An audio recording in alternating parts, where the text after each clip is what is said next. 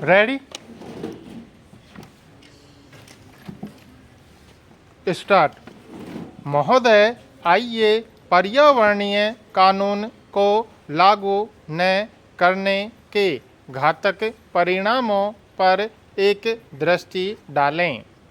कार्यकारिणी और न्यायपालिका दोनों में संकल्प की कमी है।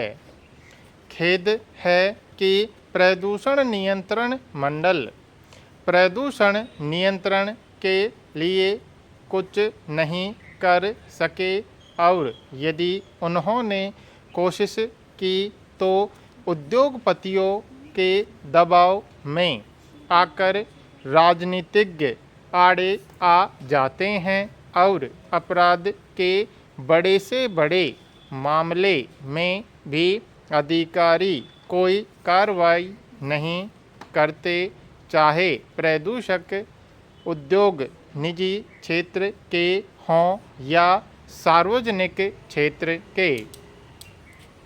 मेहता वाले मुकदमे में उच्चतम न्यायालय द्वारा पर्यावरण सुरक्षा संबंधी कानूनों को लागू करने के लिए न्यायालयों की सहायता के लिए पर्यावरणीय न्यायालयों की स्थापना का सुझाव दिया गया था।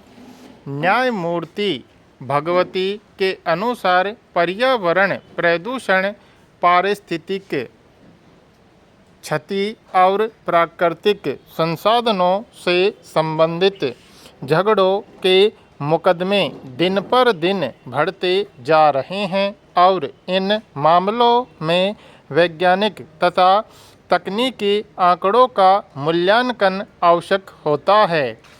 इसलिए क्षेत्रीय आधार पर पर्यावरण न्यायालयों की स्थापना की जानी चाहिए, जिनमें एक न्यायाधीश के अतिरिक्त मामले की प्रकृति और अपेक्षित विशेषज्ञता को देखते हुए पारिस्थितिक विज्ञान विषय के 2 विशेषज्ञ हों।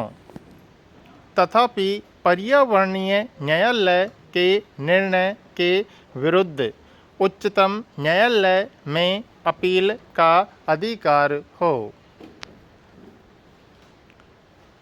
प्रदूषक उद्योगों में शक्तिशाली निहित स्वार्थों के कारण श्रीमती मेनका गांधी, पूर्व पर्यावरण एवं वन मंत्री, भारत सरकार के समर्थन के बावजूद इस प्रस्ताव पर कार्रवाई नहीं की गई। प्रदूषण में पैसा है और नौकरशाही पैसे वालों का साथ देती है तथा पारंपरिक न्यायालय पर्यावरण न्यायालयों के प्रति अति संवेदनशील हैं। पर्यावरण विज्ञान उनके लिए यह एक नया विषय है।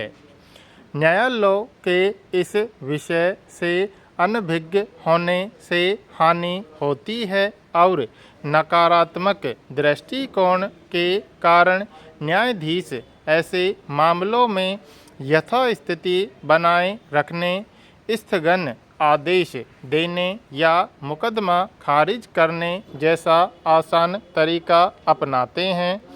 उच्चतर और उच्चतम न्यायालय के कुछ न्यायाधीशों ने इस दिशा में प्रशंसनीय कार्य किया है, किंतु पारंपरिक न्यायालयों के विद्वान वकील प्रदूषण नियंत्रण के संरक्षक नहीं हैं, क्योंकि वे कानूनी प्रक्रिया संबंधी जोड़ तोड़ में लगे रहते हैं और उन्हें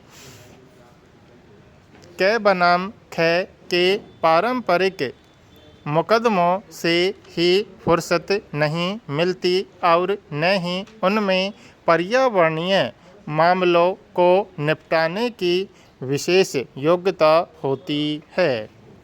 सामाजिक कार्यकर्ताओं द्वारा दायर किए गए सामाजिक न्यास संबंधी मुकदमों की सुनवाई के लिए उनके पास समय कहाँ है। इसका असर सारे समाज पर पड़ता है, जिसमें न्यायाधीश भी शामिल हैं। अन्य लोगों की तरह उन्हें भी दूषित वायु में सांस लेना पड़ता है, प्रदूषित पानी पीना पड़ता है। वनों की कटाई और रेगिस्तान का वे भी रोना रोते हैं और प्रचुर मात्रा में उपलब्ध अनेक नैसर्गिक लाभों से वंचित रहना पड़ता है।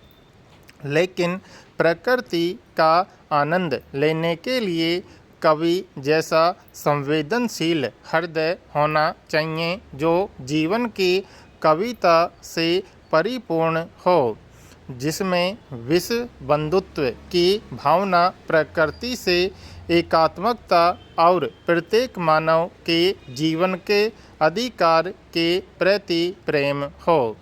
कभी कभी न्याय करने वाले को न्याय और उसके विविध आयामों की जानकारी नहीं होती।